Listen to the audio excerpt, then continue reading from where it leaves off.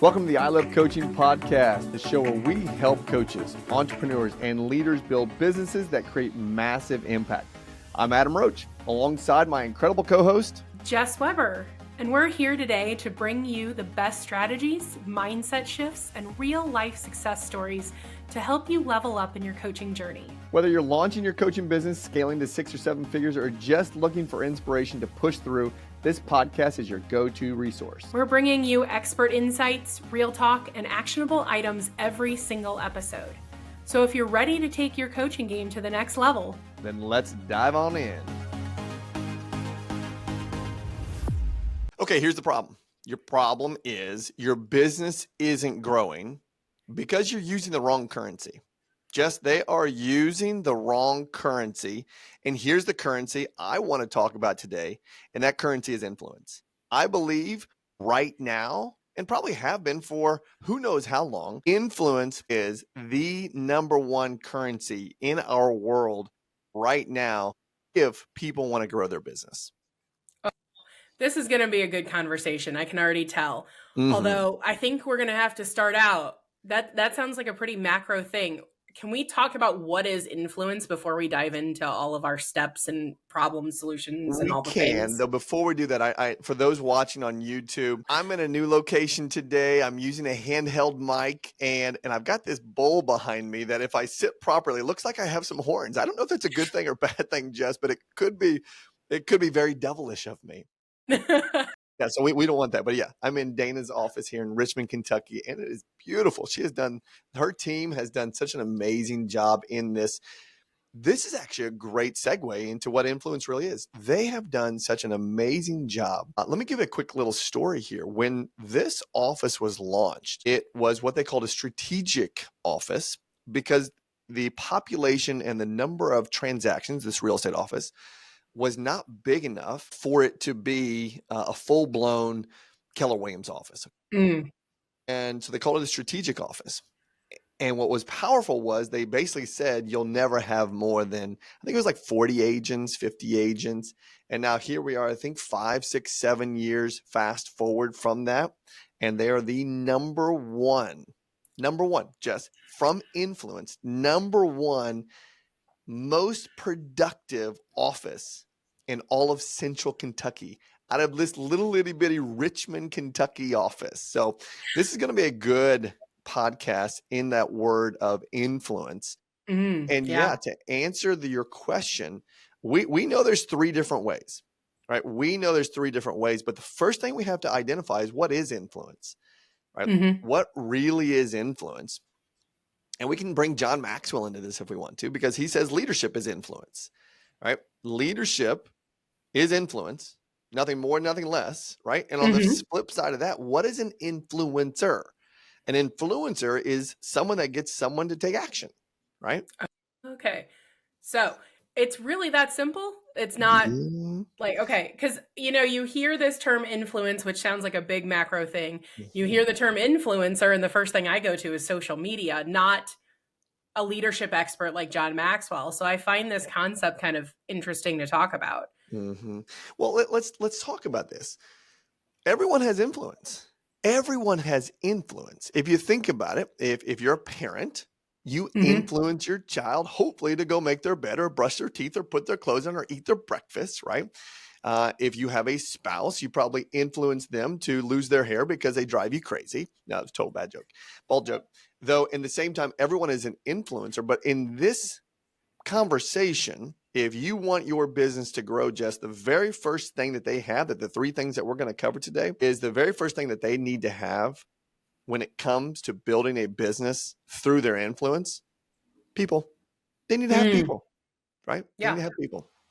Well, and they need to have people because if influence is inspiring somebody to take action, it means that you're not operating by yourself. You're not in a silo. That's right. Yeah. And I think so often if we look at like coaching businesses, which is, what our business is, we meet so many coaches who they are inspired to build something, create something, build a coaching business, build a evergreen, course, whatever it is, because they want to go help serve and change lives. And yet they start in a silo every single time. And then they get frustrated when the world isn't coming to them because they're sitting there doing everything by themselves and then waiting for people to show up and say, "Hey, I want to be a client of yours." And it's like they're not out there in the world connecting with others and generating influence as a coach.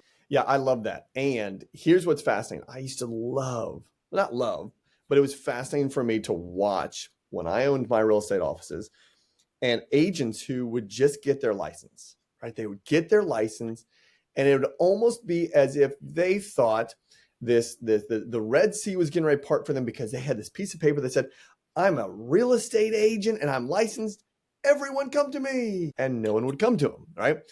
And it's because they didn't expose their, we'll just say the influence for this podcast, but they didn't step into the influencing space to tell people that I'm in the real estate space. And same thing in the coaching world. It's those that want to build in this lane.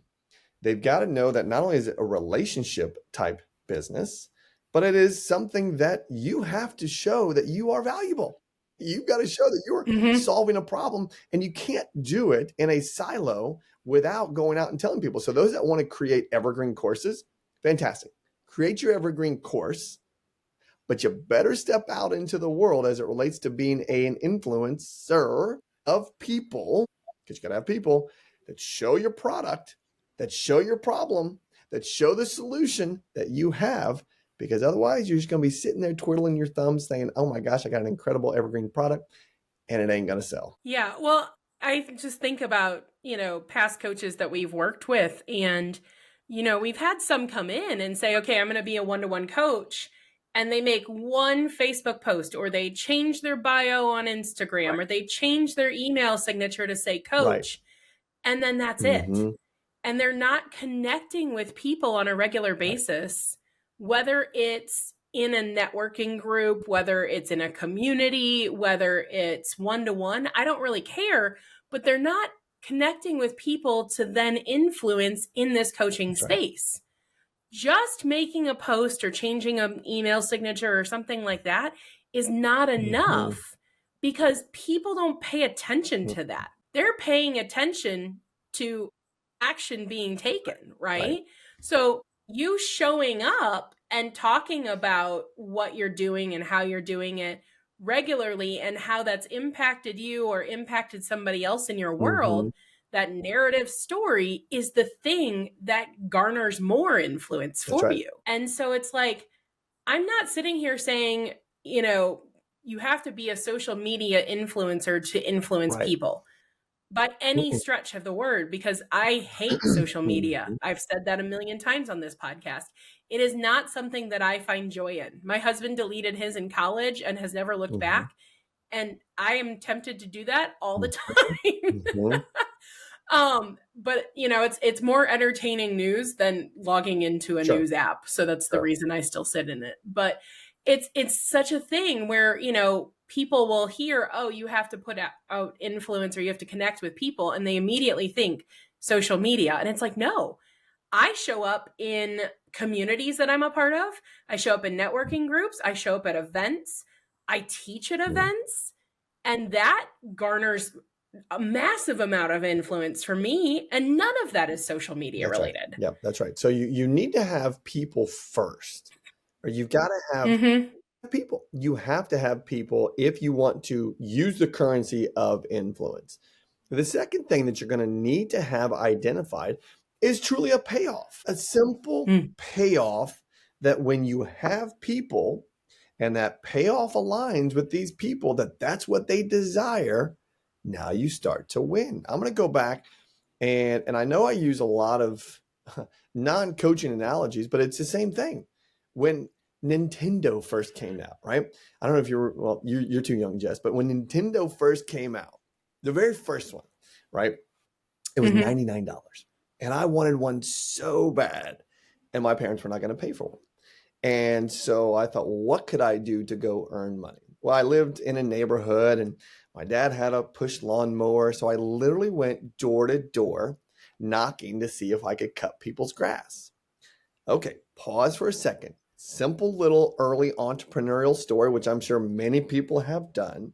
but I want to give that as a payoff example. I knocked on a door, went to people. I had my lawnmower, said product service, that they had grass that I would cut. So the payoff was, you don't have to go cut your grass this weekend. I'll do it for you. And the boys, my friends in the neighborhood, we were having this, we didn't know it was an economical battle at the time of who could charge the least and the most and still win all the yards, right? And so I was at $15 and my buddies were at $25. So I got the majority of the sales because I actually was able to do the service with the payoff at a cheaper price. Now, we're not talking price. I'm not talking price here. And the neat part was they got their grass cut, I got my money, and I had a person and I influenced them to cut their grass. And ultimately, Jess, I bought my Nintendo. It worked. You act like I'm so much younger than you. I did the same thing. I did it for an N64, but I mean, it was still a Nintendo. That's like 3 or 4 generations forward. Come on now. Same. That wasn't when Mario ran across the screen horizontally, right? We couldn't go backwards. We couldn't go backwards. Yes. Go ahead. Yes. No, I love it. But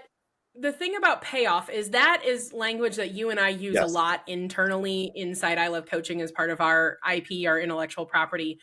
I want people to understand what payoff means. And for us, this word is, what is the result that the people in your world are getting through working with you? And the reason that the payoff is so important here is because too often we see coaches list every other thing that they think is valuable to try to entice somebody to take action or influence somebody, right?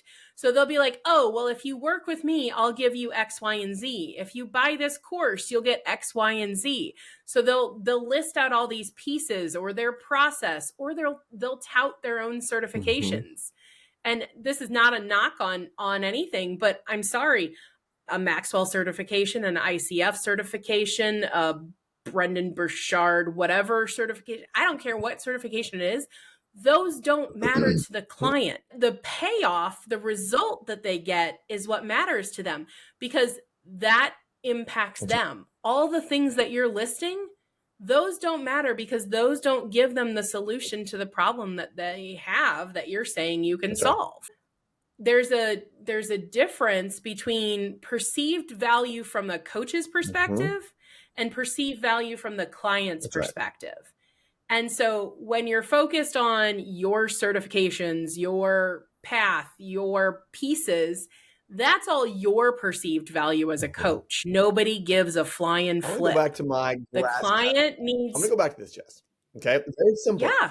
I didn't knock on the door and say, Mr. or Mrs. Homeowner, I have a green lawn boy that I just sharpened its blades, that has 4 wheels and the back 2 are a little bit bigger, and it cuts grass at a 1/4 inch height. They didn't care at all about that stuff, right? They didn't care about parts. They didn't care about the pieces. They didn't care about the path. What do they care about? Did you have a certification to operate the lawnmower? I didn't even have a business license, so I'm sure I was illegal as all could be, and I didn't care. All I wanted was the Nintendo, right? And all they wanted was their grass cut, right? Same thing in the coaching space. Your payoff, your outcome to the people that you're influencing is all they care about. It's all they care about. It's all they care about. Right? Yep. Okay, so let's put that one to bed, and let's go to the third one here, Jess, because the third one is, the first 2 are relatively easy, right? Okay, I need another human, fantastic, and I need that human to really want my payoff, right? Now, where we see coaches lose influence is when they don't have a clear path. They don't have a clear path, and we can go down this solution many different ways, but a clear path to share their outcome to the people. They think that they need to have all these different mechanisms out there, and it just isn't true. Yeah, so it's a clear path of influence, to be specific. And that doesn't mean the path to your payoff. That doesn't mean anything else. Like, I'm not caring about your value offer because the client isn't, or the potential client isn't. But I do care about where you spend your time, energy, and efforts to create influence, to create opportunity for yourself. And too often, again, this becomes a spaghetti at walls situation for coaches, or an overwhelm situation of I need all the things and I need them today, because they're thinking like an influencer, who a social media influencer who has spent time, energy, and effort building something up over years. And they're like, well, I need all the profiles on every platform. I need a website. I need funnels. I need an email list. I need a podcast. I need a book. I need the course on top of the keynote speech, on top of the community, on top. I'm like, oh my golly, you don't need any of that. You don't. And I want to make sure that our audience hears that we're not belittling them, right? Because this is we see this far too often with coaches. When they step in this space, they just get confused. They get lost. They get, and that's why we wanted to share this here, is that, again, the simplest way is the easiest road to go down, right? Just keep it a simple path to allow people to see your influence and the payoff that goes with it. As Jess alluded to, she probably named 6 or 7 different paths there. What we suggest is pick a path, commit to that path for at least 1 year, and push down that path. Grow yourself in that path. Continue to expand your knowledge of that path. All those different simple little things in the single path. Yeah. Well, and the singularness of it may start to feel boring to those supervisionary entrepreneurs, but let me tell you that the exponential growth over time is going to make it so worth it. Because the second that you start changing paths, you find a fork in the road and you choose the other one, people forget you. Like, we live in such a fast-paced world that if you're not known clearly for one thing in one space on one path, you're irrelevant. You're forgotten. And you're seeking influence right now. And so you need to be consistent. You need to stay the course and know that the payoff for you is going to happen through consistency. Yep, through consistency, through your influence, because influence is the number one currency for you to bring currency into your business, right? I mean, it really is. And that's what we wanted to land here, is that your business isn't growing because you're not using your influence, because you're not seeing the people, because you're not seeing the payoff that your people want, and because you are using way too many paths and you're not just choosing one path. Right? We could give many examples of people that have chosen one path and that are having a massive success right now. And then we can also share with you on the flip side how many people, which is the majority, choose many different paths. And diluted focus, we know from Mr. Rory Vaden, gets diluted results, right? And so that's what we wanted to share with you from the path standpoint, is pick a path. Jess, do we have a favorite path? Each of us does, and it's different. Yep. What do you think? So there's not one right way. Just curious, what's your My favorite path is speaking or teaching at a large scale. I like being in front of a room and an audience. Yeah, a one-to-many approach for your path is probably going to be your greatest opportunity for fast influence, right? I didn't say success, I said fast influence. And we rewrote our blueprint probably about 3 or 4 weeks ago now. And we've created this chart in there that shows high levels of trust, all the way to high levels of conversion, highs and lows. And I think there was maybe 7 or 8 on there, Jess. And the one that you chose has the highest level of trust building, the highest level of authority establishing, and the highest conversion rate. And that is a live event. And I chose that not because of where it sat in that list or anything strategic like that. I chose that because it was the most authentic and natural to who I am and how I like to show up in front of other people. And so that's the other element to this is, I'm on this authenticity kick because it's been a thing for me this year. But I truly believe that you're going to see the best results and the biggest influence when you show up aligned. And so that is why I, will say something like, I'm not a social media person, or I'm not telling you to do social media, because to me that feels very inauthentic. Like I struggle with doing it as a strategy for influence. I don't mind posting pictures of my kid, or going to the pumpkin patch or whatever. Like that's fine, but I am not learning that path and the strategies for it in a business sense, because it doesn't feel aligned with who I am. It doesn't feel authentic to myself. Showing up in front of a classroom or stepping on a stage, I can do that blindfolded with one hand tied behind my back and know that I'm going to deliver massive value to the people in the room. And I don't say that arrogantly. It's just that is who I am at my core. And it's the skill that I've developed over decades. I mean, my undergrad and my grad degree were in education. And so I know that I can educate. And that's why I choose that. And so I think anybody that's listening to this that's like, oh, well, I want to do 16 things, also known as Adam Roach, you got to pick one that is your highest and best use of your time and energy and the highest and biggest alignment to you. I mean, we can share the paths real quick. I mean, you've got ads, right? Ads are a path. You've got social media, which is a path. You've got newsletters, which is a path. You've got blogging, which is a path. You've got podcasting, which is a path. You've got YouTubing, right? YouTubing, is that a verb? You got. I think it has become one, but it's educating in a YouTubing platform. is a path. You've got going live on social media is a path. And you've got live in person, right? Networking. These are all different paths that you could choose for your influence to start showing up. Okay. So again, let's go back to the top here.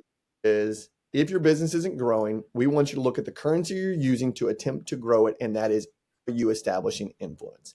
Is your influence the number one currency? And if it's not, let's establish it as the number one currency in your business. And therefore, you have to have people, you have to understand your payoff, and you have to understand your path. And just what I want to do right now is invite them to our upcoming challenge, because all of this is taught in our upcoming challenge, which is probably my favorite thing that we do. Yeah.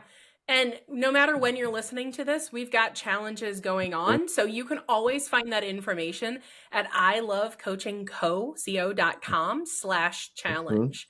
And you are welcome to join the next cohort, where we teach all of this to you in under 5 days. So the idea there is that we are helping you create a 10K plus offer and in the coaching space that allows you this kind of launch pad of opportunity. Yeah, for sure. So you definitely want to go get signed up for that. And Jess, I think that's all I have. That's all I have. Go use your influence, create and establish that as your number one currency.